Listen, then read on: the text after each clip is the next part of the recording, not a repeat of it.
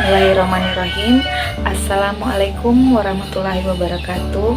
Perkenalkan, nama saya Aryani Amir, mahasiswi S1 Kebidanan Universitas Niga Buana Palopo. Pada kesempatan kali ini, saya akan menjelaskan secara singkat mengenai kepemimpinan dan manajemen dalam mata kuliah Praktik Profesionalisme Bidan oleh dosen Arifah Usman SST MKes, di mana kepemimpinan dan manajemen ini terdiri dari beberapa materi. Pertama, pengertian kepemimpinan. Kedua, jenis-jenis kepemimpinan.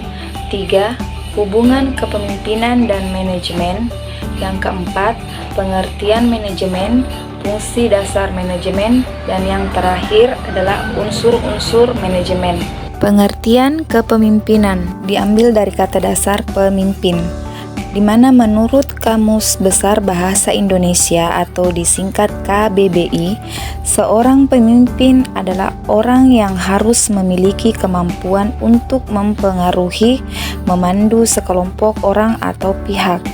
Kepemimpinan suatu proses yang mempengaruhi aktivitas suatu kelompok yang terorganisasi dalam usahanya mencapai penetapan dan pencapaian tujuan.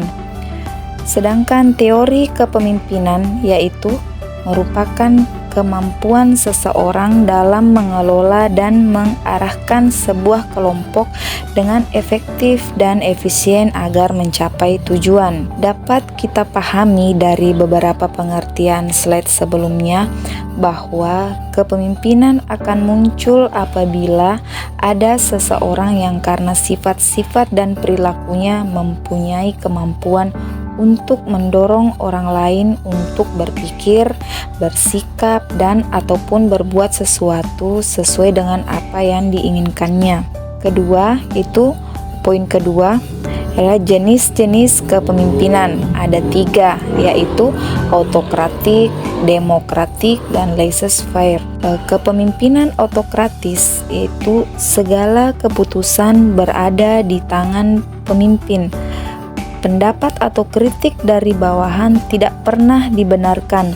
Pada dasarnya, sifat yang dimiliki sama dengan gaya kepemimpinan diktator, tetapi dalam bobot yang agak kurang. Kedua, kepemimpinan demokratis, yaitu peran serta bawahan dalam pengambilan keputusan yang dilakukan secara musyawarah. Hubungan dengan bawahan dibangun dengan baik. Yang ketiga, kepemimpinan santai.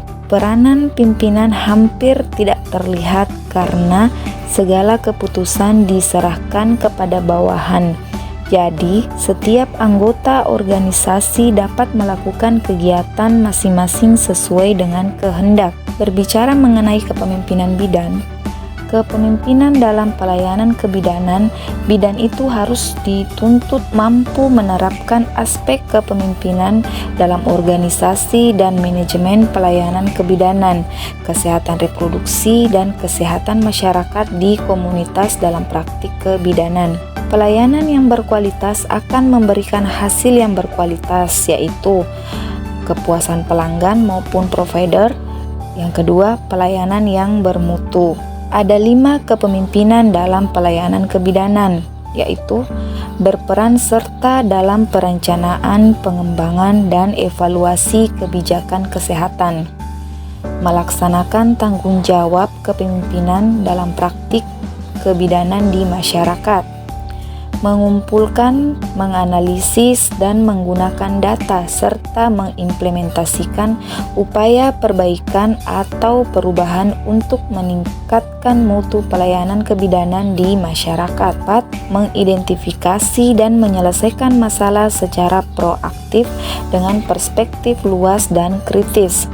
Yang kelima, menginisiasi dan berpartisipasi dalam proses perubahan dan pembaharuan praktik kebidanan. Keterampilan bidan sebagai pemimpin yaitu pertama, harus mengenali keterbatasan pengetahuan dan keterampilan dan menolak setiap tugas atau tanggung jawab di luar dari wewenang dan tanggung jawab kita sebagai bidan. Kedua, bidan itu menerima tanggung jawab kepemimpinan dalam praktik kebidanan. Yang ketiga, menggunakan kemampuan untuk berpikir secara proaktif, perspektif luas dan kritikal dalam konteks penyelesaian masalah. Cara mengenai manajemen. Manajemen adalah proses perencanaan, pengorganisasian, memimpin dan mengawasi usaha-usaha dari anggota organisasi dan dari sumber organisasi lainnya untuk mencapai tujuan organisasi yang telah ditetapkan.